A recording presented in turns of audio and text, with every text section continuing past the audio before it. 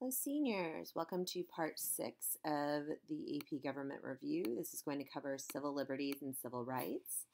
All right, so civil liberties, remember, they're basically the things that you have that protect you from the government, the rights that you have. Our Constitution protects you from three that we've talked about with like the Magna Carta, with things like this. Writ of habeas corpus, literally like you got to show the body. Bills of attainder, where you're punished without a trial. Ex post facto laws, things that like before you did them before they were illegal.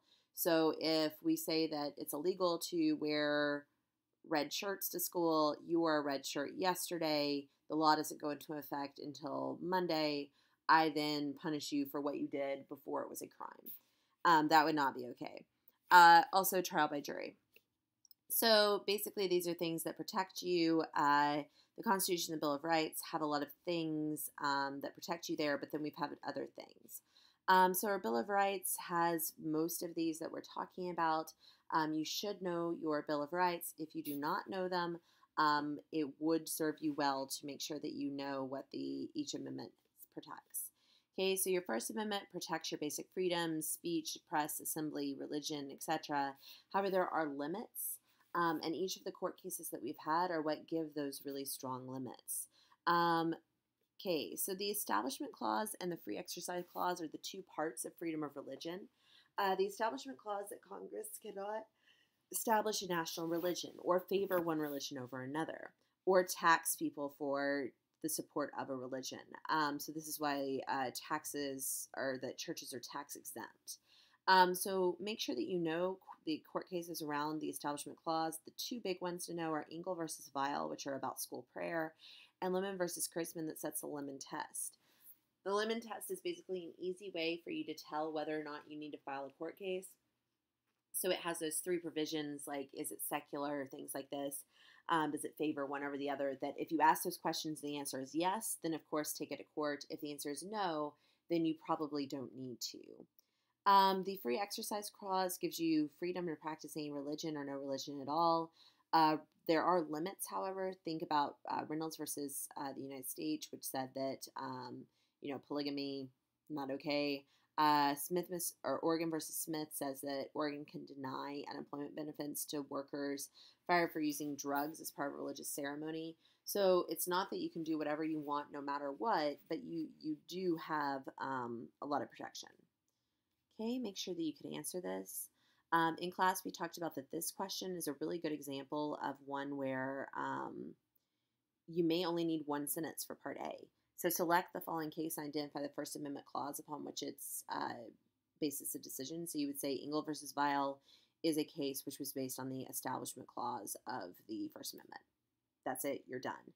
The next is where you would need the 3 to 4 sentences. The next is a one sentence, then 3 to 4, then 3 to 4. Okay, freedom of the press we have in the United States. I would just sort of go with if it is earlier versus later, then you are probably getting more press freedoms the closer we get to the 21st century. Most of the time, the cases that we see are different groups being taken because they're exposing things about the government. Freedom of speech, there are 3 different types. Your pure speech, you say something, symbolic speech, you have a symbol of something like burning a flag. Speech plus is the symbol and symbolic used together. Okay, so there's been lots of cases over it. I would make sure you know the Schneck case, which is the one that says like not all of your speech is protected, i.e. like if you shout fire in a theater, there's no fire, that would not be good. Gitlow extends that to the states. Tinker versus Des Moines is the black armbands.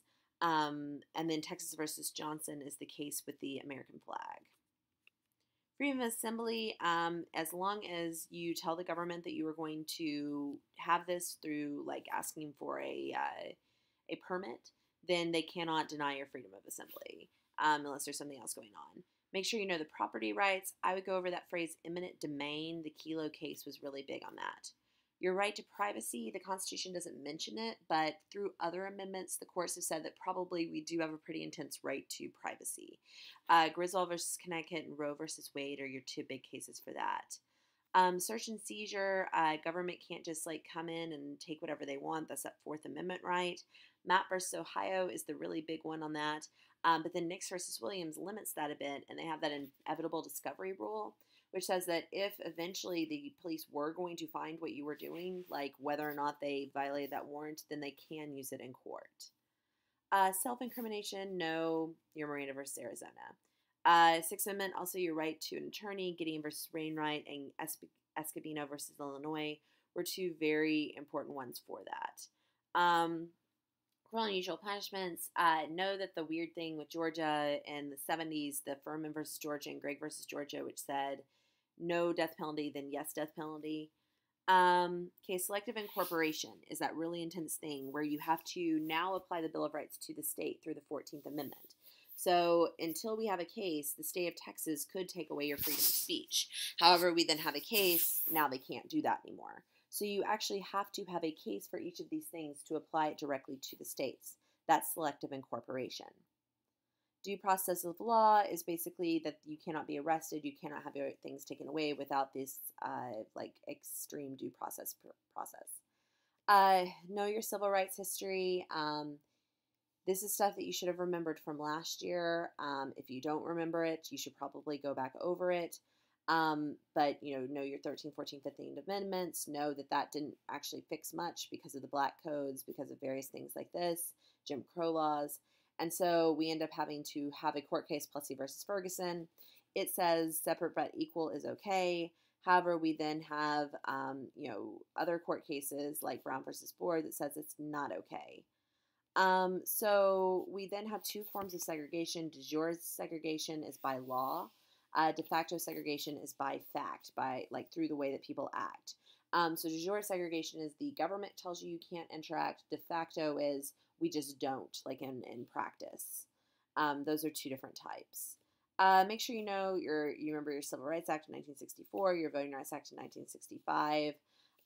Women's rights, make sure you remember 19th Amendment. Make sure you remember the ERA Amendment and how that didn't exactly work out very well.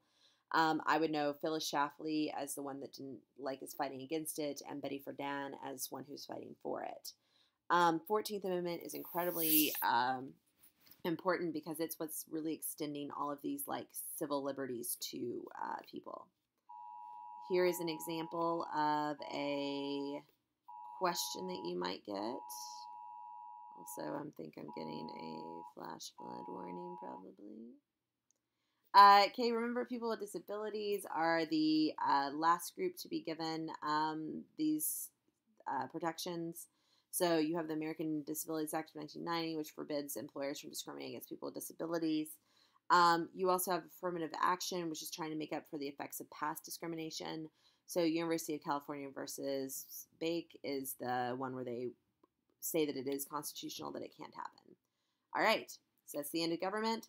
I will be back with a quick one on the AP government exam that you need to probably watch as well. Good luck.